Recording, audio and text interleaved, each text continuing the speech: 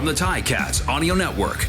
This is Ticats Today with Louie Butko. Yes, it is Ticats Today for a Friday, August the 19th, 2022. Thanks for checking us out at the Ticats Audio Network. Louie Butko here with you as the Ticats are currently en route to Montreal to take on the Alouettes. That game Saturday, a 4 o'clock kickoff. Pre-game coverage here on the Ticats Audio Network starting at 3 o'clock. As Bubba O'Neill and Mike Daly get you set for this one. RJ Broadhead and Andy Fantuz will have the call again starting at 4 p.m. tomorrow. Lots to get to on this show, including the depth chart. I have that in my hand. I'll let you know who's in, who's out for Saturday's game. Also, not sure if you saw it. You probably did. There was a teaser last week. But yesterday, the official announcement of the brand new Uninterrupted Canada series, Rivalries, the QEW series. It's in partnership with the CFL, Bell Media, and OK Tire. It's chronicling the long-standing rivalry between the Hamilton Tiger Cats and the Toronto Argonauts, and it has actually been going on for a while. You remember that preseason game in Guelph? Yeah, there was a camera crew following them around even back then. So lots to get to on that one. Scott Moore, the CEO of Uninterrupted Canada, is going to be by in just a second. We'll get through all of it with him. Also coming up, we'll hear from Matt Afinec, the president of Hamilton Sports Group, which includes the Hamilton Tiger Cats. And also on today's show from the CFL.ca, Matt Cauz, also a TSN 1050 host. So lots to get to on the show. And as mentioned, the depth chart in my hand, and we'll get to that in just a second. Ticats fans, it's time to ride on our strength from now until October 13th. Purchase 4 eligible Hercules passenger or light truck tires to receive a $100 Ticats rewards card and be entered to win our road trip sweepstakes. Available at participating Active Green and Ross Ontario locations or visit HerculesTires.com/AGR rewards. All right, time to get to the depth chart. Let's see how the Ticats will be lining up against the Alouettes tomorrow at Percival Molson Stadium. Let's start on the offensive line. No changes there at left tackle. Travis Vorncall, left guard. Brandon Revenberg. Alex Fontana is at center. Coulter Woodmansey is the starting right guard. And Colin Kelly is the right tackle. Matthew Schiltz getting the start at quarterback. Matthew Schiltz getting the start at QB. He'll be backed up by Jamie Newman and Dane Evans. Dane Evans listed as the third quarterback on the depth chart in this one. Out wide at receiver, you got Stephen Dunbar Jr. and Keandre Smith. At slot from left to right, you got Tim White, David Ungerer III, and Lamar Durant. And at the running back position, you got Don Jackson getting the start. And at the fullback tight end, it's Jake Burt. Up front on defense, Malik Carney is at the defensive end. Mason Bennett getting back into the lineup. He's backing him up. You got Micah Johnson at nose tackle, Dylan Wynn at defensive tackle, and Julian Hauser at the end spot. No Simone Lawrence in this one. It is Wilson getting the start. Kyle Wilson getting the start at weak side linebacker. At the middle, you got Jovan Santos Knox, and at the Sam, you got Cam Kelly. Taking a look at the secondary from left to right, you got Des Lawrence getting into the lineup. You got Carriel Brooks at the half. Tunde Adeleke is at safety. Richard Leonard is at half. And Alden Darby Jr. is at corner. Yeah, there's a couple of outs for the Ticats. Deontay Evans is out. Simone Lawrence is out. Jarek Richards is out. And Jamal Roll is out as well. So, yeah, the Ticats battling the injury bug right now, and we will keep our eye on that, as a lot of guys right now on the 6-game injury list for the Ticats: Braylon Addison, Pappy White, Deontay Evans, Simone Lawrence, Nick Cross, Curtis Newton, Chris Van Zyl, Kyle Saxlett, Anthony Johnson, and Tyler Ternowski. That is a lot of linebackers on the 6-game injury list, a lot of special teams guys, and maybe some guys coming off that soon, hopefully.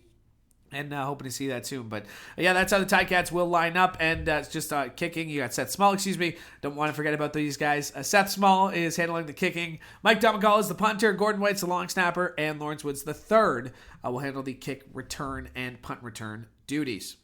All right, we'll get to more of Saturday's game in just a second. Right now, very pleased to be joined by the CEO of Uninterrupted Canada. The new Rivalries, the QEW series, the new production, Rivalries, the QEW series, will be chronicling the history between the Ticats and the Argos. and Scott Moore are here with us now. And Scott, where did the idea come from to put this on tape, to highlight the documentary, highlight this rivalry the way you are? It was really Scott Mitchell's idea. I give him credit. I've known Scott about 30 years. And we were out having a beer, and I was telling him about some of the projects we're doing. And he asked if we would consider doing something on the rivalry between the Argos and the Ticats. And as a longtime sports media guy, somebody who supports the CFL, I thought it'd be a great story. There's so many cool arms and legs to it. And if you think about it, this is one of the 2 or 3 great rivalries in Canadian sport. I was thinking, you have Habs Leafs, and after that, Ticats and Argos go back probably the longest in Canadian pro sport, and certainly the longest in pro football, maybe in North America, right? So, yeah, and the 2 cities are so different. The fan bases are so different. It seemed like a fun project. Both teams really got into it. The CFL really got into it, and the players and the staff of both teams have really been helpful in doing something that I think is going to be somewhat special.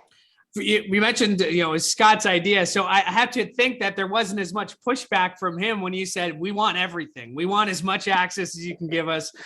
So I won't go that way. Maybe the Argos, did there take some pushback? Did there take some conversations with the CFL, with the Argos, with the Ticats, even to be, hey, if to tell this right, you need to give us all the access?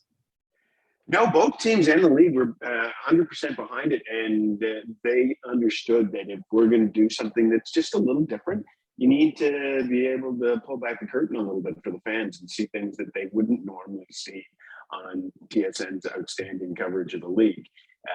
And yeah, the thing that took the longest, frankly, as it does in putting together any film, is coming up with the right backing and the right financials. But the league, the teams, and OK Tires and Blackhawk Tires, who come on as sponsors, really made it happen. And so we have the ability to do something. I call it sort of NFL films-ish, but I like to think of it NFL films with a little bit of uninterrupted ethos, because we're about athlete empowerment. So we want to use this as a way to build stars, because that's the key to any success in any league, is making sure that fans connect with their star players. I have to think that Ticats fans, Argos fans are going to watch this regardless. Casual sports fans are going to be interested just based on the storytelling extraordinaire that you've seen with the previous documentaries. How do you keep casual fans who are going to tune in? How do you think this can translate to more fans putting eyeballs on the product week to week, that being the Ticats, the Argos, the CFL? Sure, that's the $20 million question, right? And the way we go about all of our projects, but particularly this project and another project we did with another football league on the other side of the border, we look at the documentary as an hour-long great opportunity to tell stories, but we know that long-form storytelling and even long-form live sports is watched by, from start to finish, less and less people. And a younger demographic, the demographic that the CFL wants, that the Ticats and the Argos want, and frankly all sports wants, are the ones that are on their phone flipping through stuff. And everything that we do with this documentary, there'll be digital arms and legs that will show up on social media, that'll show up on Instagram, that'll show up on TikTok, that will hopefully get people interested enough to watch the documentary and therefore watch the games themselves. But we picked 4 players, 2 from each team, to make sure that we're trying to build the profiles of those 4 players. And we want to make sure that they get out into Instagram and TikTok and all those other places that young sports fans and young entertainment fans are at. So over the next 10 to 12 weeks, you'll see bits and pieces from the documentary and outtakes and things that might just go a little viral on our platforms, and also on the Ticats platform, the Argos platform, CFL and TSN. So make sure you subscribe to Ticats Twitter, Instagram, Uninterrupted Twitter and Instagram, so you don't miss any of that. My thanks to Scott Moore for joining me a little bit earlier, and you can hear actually our full conversation. That was just a portion, but you can hear our full conversation by going over to Ticats.ca.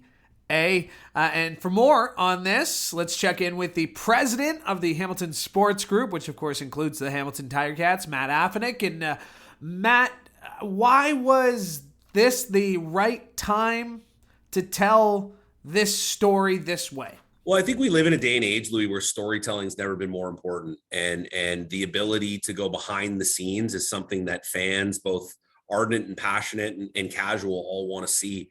You see that across the spectrum of sports media and sports broadcasting, whether it's, F1, Hard Knocks, like there's just this, propensity and desire from fans to be entertained by the behind the scenes pieces. And as I said earlier, no one does it better than Uninterrupted in terms of some of the other projects they've worked on. So I think what people can look forward to is, we here at the Ticats take great pride in being able to deliver content to our fans, how, where, and when they want, how and where and when they want it.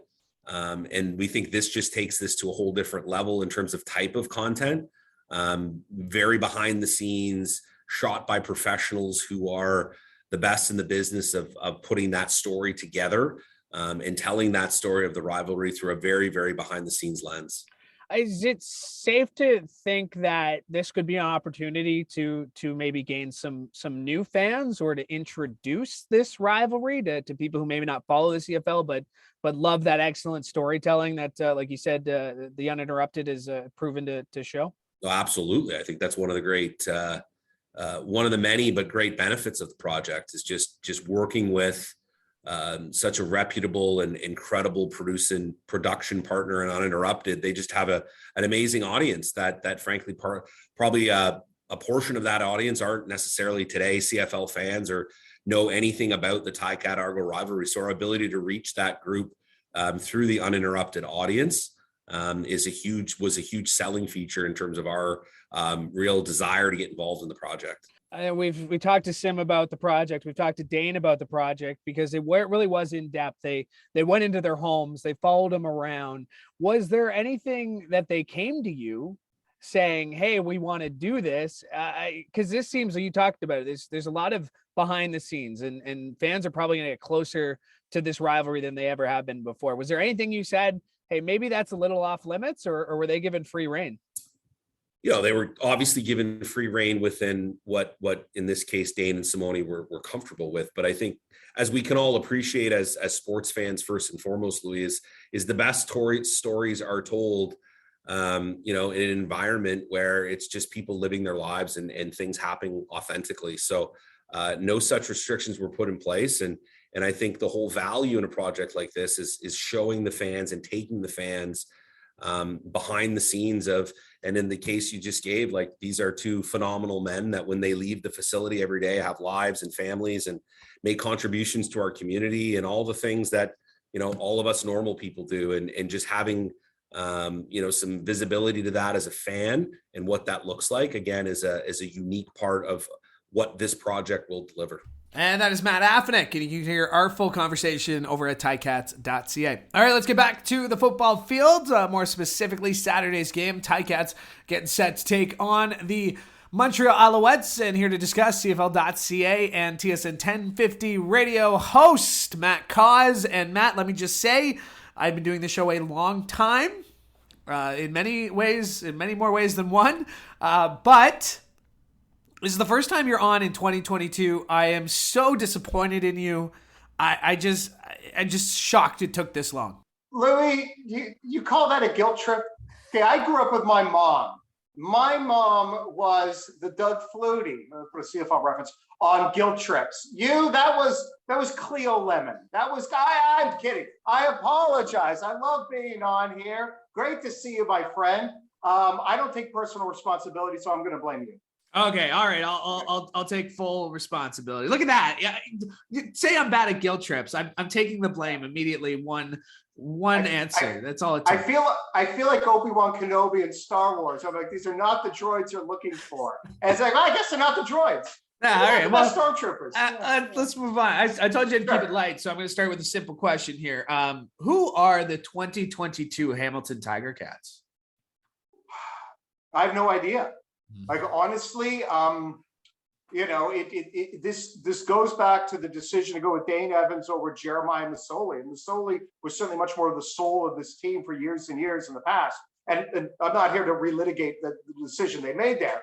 But then, Dane Evans doesn't look like the guy that he did in 2019, and then all the turnovers, and then his injury, and now it's, is it going to be Matthew Schultz? And so on that end, I don't really know much of the identity. It doesn't bother me they don't run the ball. They've never won the ball. I guess the best thing you can say about the identity of this team is it's still sort of led by Simone Lawrence in the defense. I think they're second in yards allowed, fairly good in points allowed. So if I was going to do it, and the mainstay of this team, I'd say a guy like Simone Lawrence, and I know he's been a little bit up and down this year and some injuries as well, but I would go with the defensive with him. That would be the first thing I think of. I was having a conversation with somebody who follows the team this week, and I said, well, okay, even yesterday when Coach said, yeah, Dane Evans will suit up and we'll get the depth chart, and by the time people are listening to this, we'll probably know that Dane Evans is dressing. And I posed the question that, optically, what does that look like when your guy's healthy enough to dress but isn't starting? And I got a really, good response back. It's like, they don't care. The Ticats don't care about, the depth chart or the order they put him on, or what outsiders think.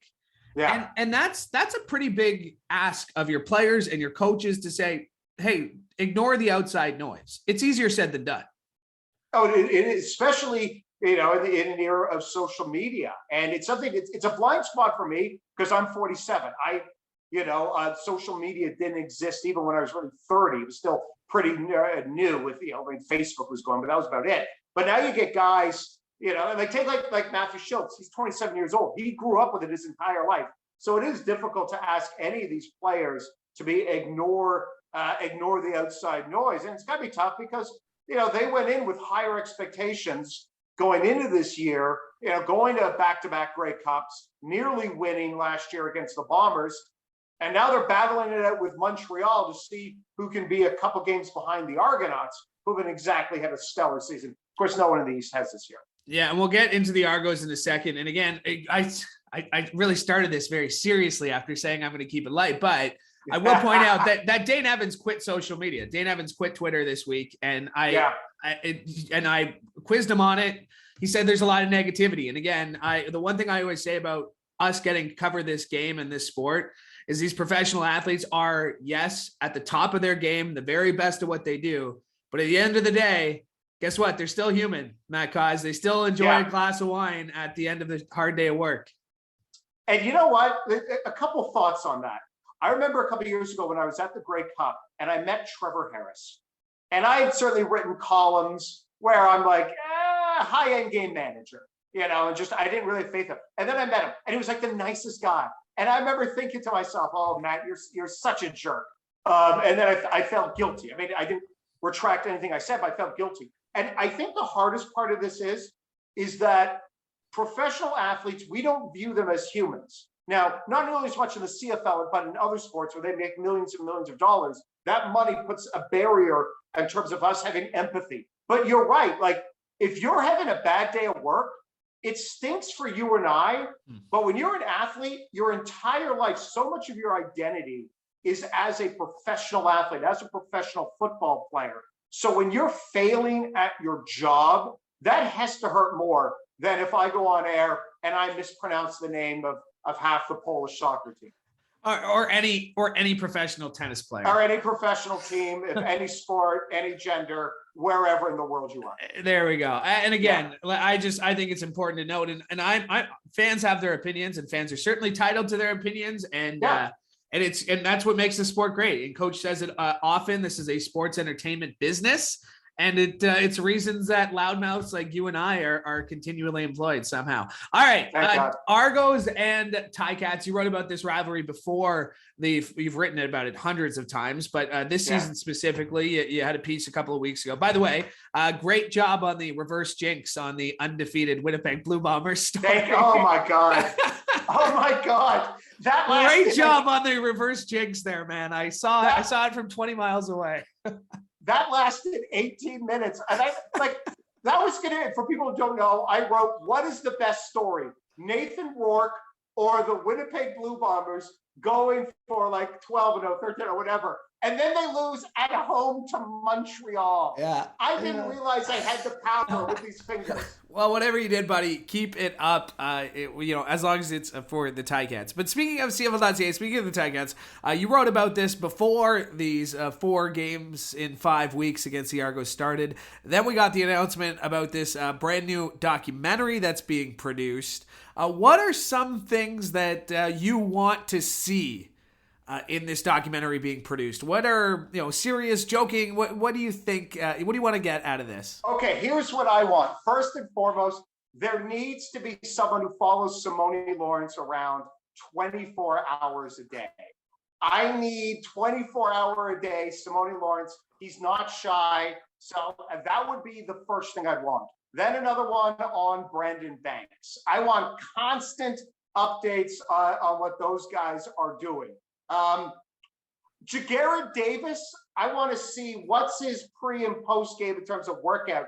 Is he like, who was it, Pete Alonso before the home run derby when he's doing like deadlifts?